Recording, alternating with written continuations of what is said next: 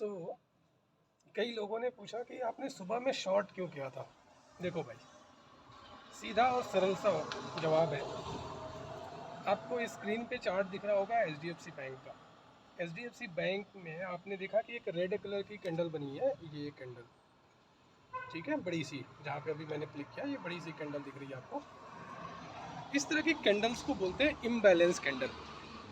मतलब ये होता है कि ये कैंडल नॉर्मल कैंडल से कम 4 से 5 गुना बड़ी होती है और इस कैंडल के मिड एरिया तक जाने की मतलब गुंजाइश थी एचडीएफसी बैंक को। तो इसलिए एचडीएफसी बैंक को कल मैंने मतलब लास्ट सेशन में हमने ऐड किया था और इसने एग्जैक्टली 50% तक जाता ही जाता है आपके इम्बैलेंस कैंडल के। तो 50% जाने का मतलब ये हुआ कि आपको एक अच्छा खासा यहाँ पे गेन मिल गया एचडीएफसी बैंक के अंदर में। उसके बाद से आप देख रहे हो कि एग्जैक्टली 50% जा करके अभी ये वहाँ से वापस आ रहा है। इसका जो एरिया है वो 1680 है, 1680 से लेकर के, और आप ये कह सकते हो कि अगर ये 1680 में इसको डिमांड नहीं मिलता है, इन दैट केस ये 1660 तक भी जा सकता है, क्योंकि अगेन 1660 के पास में एक इम्बैलेंस है, ठीक है। तो वो इम्बैलेंस अभी मिटिगेट नहीं हुआ है, और अगर हम उस मिटिगेशन के लिए जाएंगे तो बैंक निफ्टी में भी ऑफकोर्स करेक्शन आएगा ही आएगा। तो इसीलिए मॉर्निंग में जब ये 50% तक चला गया था, ऊपर वाला जो फर्स्ट रेड कलर का 50% बड़ी वाली कैंडल का, तो वहाँ पर हमें पता था कि साइडवेज हो सकता है। पता मतलब वही टेक्निकल चार्ट, त्रिकालदर्शी तो है नहीं कि ऐसे पता हो जाएगा, बट यह है कि टेक्निकल चार्ट्स पे हमें दिख गया था कि मार्केट आज आपकी साइडवेज हो सकती है। इसलिए मैंने सुबह ही आपको वीडियो बना के मैसेज किया कि आज मस्ती का दिन है, क्योंकि आज जो बैंक निफ्टी है वो साइडवेज है। क्योंकि उसमें क्या है, आप इधर उधर प्ले करोगे और स्टॉप लॉसेज हिट करोगे, ठीक है। लेकिन फिर भी मैंने वहाँ पे एक पुट लिया हुआ था मॉर्निंग में ही। क्यों लिया था, वो यही रीज़न है कि ये 50% पे गया है। प्रेशर अगर आएगा भी ना साइडवेज होने के बाद, तो डाउन साइड में प्रेशर आएगा। और आप देख रहे हो कि एचडीएफसी बैंक किस तरह से 50% पे जाके, और पिछले मतलब काफ़ी समय से ये नीचे की तरफ जा रहा है, धीरे धीरे धीरे धीरे। आपको लोअर टाइम फ्रेम पे ये चीज़ें नहीं दिखेंगी, लेकिन जब बड़े टाइम फ्रेम पे देखोगे तो एक्चुअल मूवमेंट दिख जाती है। And that one is the reason. अगर आप देखोगे तो अच्छा खासा करेक्शन अपने को बैंक निफ्टी में देखने को मिला। तो जो सुबह की जो पुट थी वो काफ़ी अच्छा देके गई। हालांकि उसको मैंने पहले ही बेच दिया था, क्योंकि मार्केट एक बार ऊपर गई है तो ऊपर के लिए हमने सीई में पोजीशन बनाई। क्योंकि अगेन वहाँ पे मैं बता रहा हूँ कि ऊपर एक रेंज बाउंड्री थी रेड कलर की, वो मैंने मार्क किया हुआ था, आपको शेयर किया हुआ था ग्रुप के अंदर में, कि वो रेड लाइन है, बाउंड्री लाइन है, उसके ऊपर जाने की गुंजाइश बहुत कम है। अगर वो जाएगा तो समझो मार्केट के अंदर में बहुत बहुत बड़ा एक मूवमेंट आएगा, फास्ट मूवमेंट आएगा, क्योंकि वहाँ पे बहुत सारे लोगों के स्टॉप लॉसेस हैं, और ऑफकोर्स रिकवरी आएगी, शॉर्ट कवरिंग की होगी, ठीक है।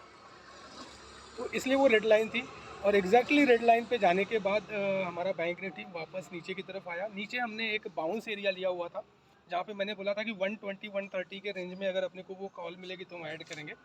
वो 120 130 इसलिए था क्योंकि वहाँ पर अपना एक बार वापस ऑर्डर ब्लॉक जो लास्ट वाला था, जिसको लेके ऊपर की तरफ गया था, वहाँ पर वो बाउंस करेगा।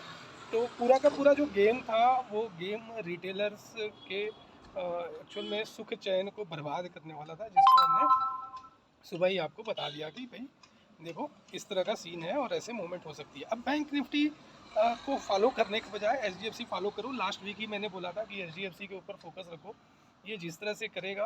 क्योंकि देखो बाकी के जो हमारे बैंक्स हैं ऑलरेडी वो रनअप में हैं, और अभी उनके अंदर में भी जो है हमें करेक्शंस तो चाहिए ना। अभी आज देखो केवल एक्सिस बैंक ही गया ना, बिकॉज वो एक अपना पुल बैक कह लो, करेक्शन कह लो, वो ठीक ठाक कर चुका है। एयू बैंक थोड़ा स्ट्रांग आएगा, क्योंकि बड़ी ब्रेकआउट कर चुका है एयू बैंक, है ना। तो एयू बैंक की अलग कहानी है, हालांकि उसका वेटेज भी कम है बैंक निफ्टी के अंदर, बट स्टिल एयू बैंक चूँकि ब्रेकआउट करके बैठा हुआ है तो उसको वो फॉलो तो करना है ना। आप समझो अगर कूद गए हो कहीं पे कहीं तो वहाँ पे आपको मैच में अगर इंटर कर गए हो तो प्ले तो करना पड़ेगा। तो एयू बैंक का वही हाल है, ब्रेकआउट हो चुका है। तो उन सब चीज़ों पे नहीं जाना है, बाकी के बैंक्स के ऊपर फोकस वो करना है ज़्यादा से ज़्यादा। आप एच बैंक को देखो ये कर क्या रहा है। देखो अभी एक 1680 वाला जो मैं एरिया बता रहा हूँ ना, यहाँ पर भी आप देखोगे एक ये वाली जो बड़ी सी कैंडल है, ये बड़ी कैंडल का इम्बैलेंस है, ठीक है। इसका 50% एग्जैक्टली ऑलमोस्ट 1680 के आसपास आएगा। और ये इसके पहले की जो आपकी इम्बैलेंस कैंडल थी, ये इम्बैलेंस कैंडल ग्रीन कलर वाली, इसका 50% ऑलरेडी टेस्ट किया जा चुका है। तो 50% टेस्ट होने के बाद 100% भी टेस्ट होने की पूरी गुंजाइश होती है। 50% मतलब ये है कि आप समझो 60 to 65% चांसेज है कि 50% गिव अप कर देगा इम्बैलेंस अगर बना है तो, और 100% गिव अप करेगा, इसकी भी प्रोबेबिलिटी 50% होती ही होती है। तो यहाँ पे 100% का चांस है। और सेम वे में नीचे जो आपका ये बैक टू बैक दो ग्रीन कलर की कैंडल दिख रही है, यहाँ पर भी एक इम्बैलेंस है। हालांकि ये इम्बैलेंस उतना स्ट्रांग नहीं है, बिकॉज आप उसमें शेडो देख रहे हो अपर साइड में, तो वीक है, तो वो उतना स्ट्रांग नहीं माना जाता है। तो हालांकि इसीलिए मैं बोल रहा हूँ कि 1660 तक जाने की गुंजाइश थोड़ी सी कम है। बट स्टिल अगर ये जो हमारी सेकंड वाली कैंडल है इसके 100% पे जाएगा तो ऑलमोस्ट 1660 ना सही 166567 तो आ ही जाएगा ना। तो जस्ट फोकस रखो 1680 पे, देखो कि अपना HDFC बैंक क्या करता है, एंड अकॉर्डिंगली आप प्ले करने की कोशिश करो नेक्स्ट सेशन में। ज़्यादा दौड़ लगाने की ज़रूरत नहीं है, ऑलरेडी बहुत बड़ा रनअप हो चुका है, सो एन्जॉय।